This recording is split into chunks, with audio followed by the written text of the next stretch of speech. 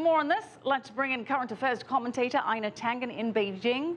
Einar, good to see you. Thanks for joining us. Hi, Michelle.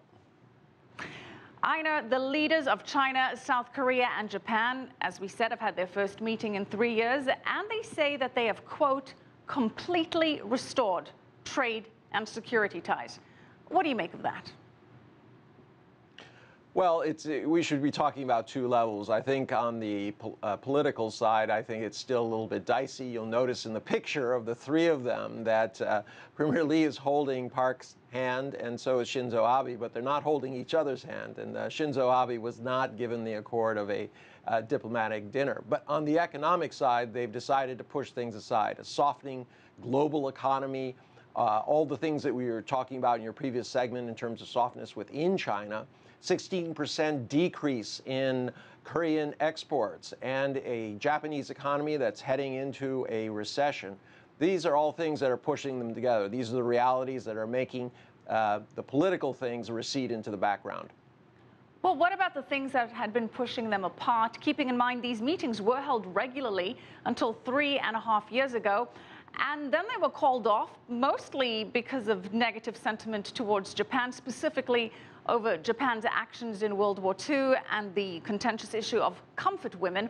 So I know what changed. What do you think may have alleviated these negative sentiments?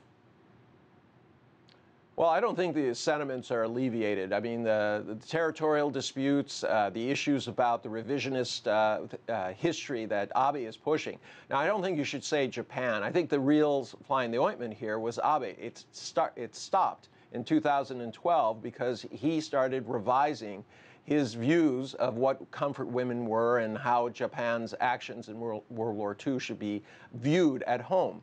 So this was the element. It was a political situation. Prior to that, the three of them had done very important work, especially in the Chiang Mai Accord, which was a currency swapping initiative that was put on by the ASEAN Plus 3, that would be Japan, South Korea, and China, to make sure that there weren't kind of repeats of the kind of financial instability that happened previously. So going forward, it's really about FTA. Part of this is related to the TPP, the RCEP. I'm repeating saying all these acronyms. I hope people understand them.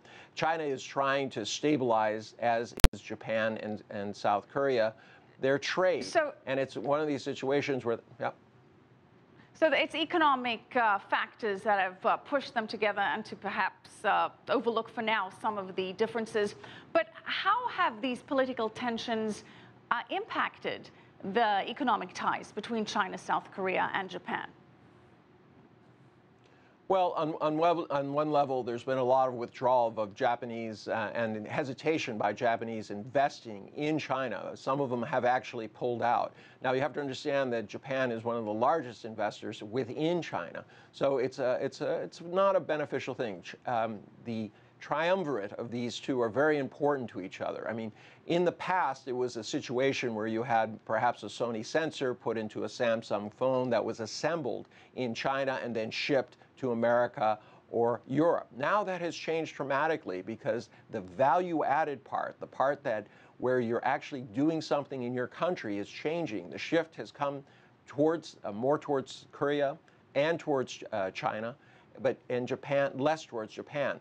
Now, this is setting up a new dynamic, and these three are trying to address that as they try to get away from the kind of economic doldrums that they find themselves in. Right. And one of the highlights has been Premier Lee and South Korea's President Park saying that they have agreed to try and increase trade, particularly through more Korean exports of food to China and research into robotics. So, Einar, what do you think are the most concrete, tangible results to have come from these talks from a trade and economic perspective? Well, you named two of them. I mean, there hasn't been a lot of details yet. I mean, they're saying that we're going to start working hard on the FTA, the free trade agreement between the three. These talks have actually been going on, even despite all the kind of political theater and hostilities that have been going on. So all three of them know that they cannot get away from each other. You know, if you're looking at the U.S., This is the same relationship, in essence, that you have with Mexico and Canada. Very important. You cannot necessarily push them aside, and there has to be an accord, despite any kind of political differences that can be raised. All right, we're going to have to leave it there. We'll see what develops. Thanks, as always, Einar Tangen, current affairs commentator.